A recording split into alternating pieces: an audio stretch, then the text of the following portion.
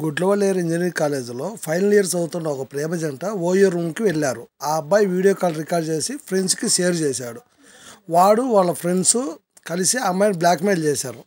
మాకు మీ హాస్టల్లో girls nude వీడియోలు కావాలని ఆ అమ్మాయిని బాత్రూంలో కెమెరాలు పెట్టమని రికార్డ్ చేసి వాళ్ళకు బాయ్ ఫ్రెండ్కు షేర్ చేయమని చెప్పారు. అప్పటి నుంచి ఆ అమ్మాయి బాత్రూంలో కెమెరాలు పెట్టి రోజు వాళ్ళ బాయ్ ఫ్రెండ్ పంపితే వాళ్ళు వచ్చి ఈ అబ్బాయిలు పంపుతారు. ఇలా రోజు అబ్బాయిలు ఏం చేస్తారంటే రికార్డ్ చేసి అవి బయట వాళ్ళకు ఒక్కొక్కరికి డబ్బులకు అమ్ముకుంటారంట. ఇది అసలు విషయము.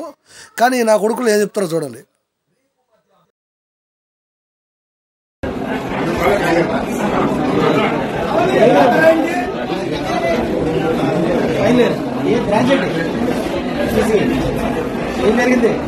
వీడియో ఏం చేసి ఏం కట్టాలి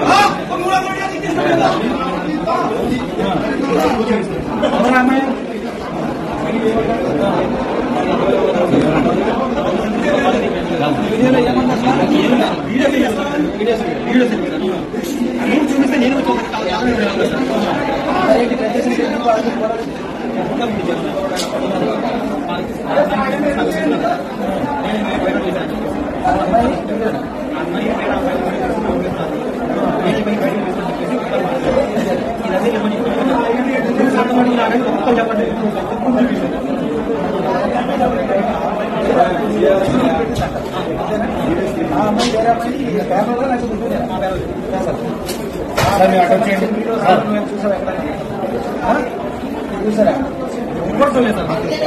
ఈడే అండి అసలు దొంగనాయాలు. ఈడు ఇలాగా చాలామంది ఆ అమ్మాయిలు బ్లాక్మెయిల్ చేసి అమ్మాయికి చాలా బ్లాక్మెయిల్ చేసేది. మా నాన్న వచ్చి అందరిని చంపేస్తాడు మిమ్మల్ని అందరని. చూడండి, ఒక్కసారిగా అందరు రాత్రి 12 గంటలకు బయటకు వచ్చేసారు. నాకు న్యాయం కావాలని చెప్పి అమ్మాయిలందరూ ఒక్కసారిగా వచ్చి 12 గంటలకు అల్లోకున్నారు. అసలు ఏపీలో ఏం జరుగుతుంది రోజు రోజుకి అర్థం కావడం లేదు. బయట కాలేజీలో కూడా తెలిసి మన కాలేజీలో తెలియదంట అనేసి అమ్మాయి శబ్దంగా వెళ్ళిపోతున్నారు. ఇవ్వగలమా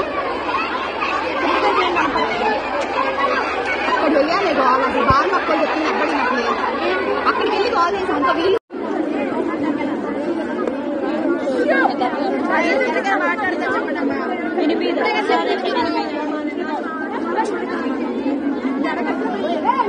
విచిత్రం ఏం తెలుసా, హాస్టల్ వాళ్ళకు హాస్టల్ సిబ్బందికి వారం రోజుల నుంచి అమ్మాయిలు కంప్లైంట్ ఇచ్చారట. పోలీసులు కూడా పట్టించుకోవడం లేదంట. అందుకని అమ్మాయిలు ఈరోజు బయటకు వచ్చి వీళ్ళన్నీ అడుగుతాను.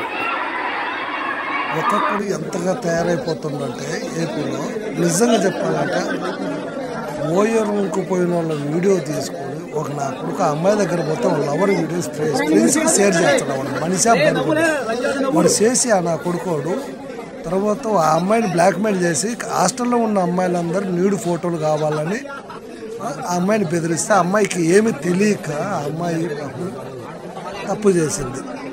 వీడియోలో కెమెరా పెట్టి బాత్రూంలో కెమెరా పెట్టి అందరికీ షేర్ చేసింది. నా కొడుకులు అమ్ముకుంటారంట.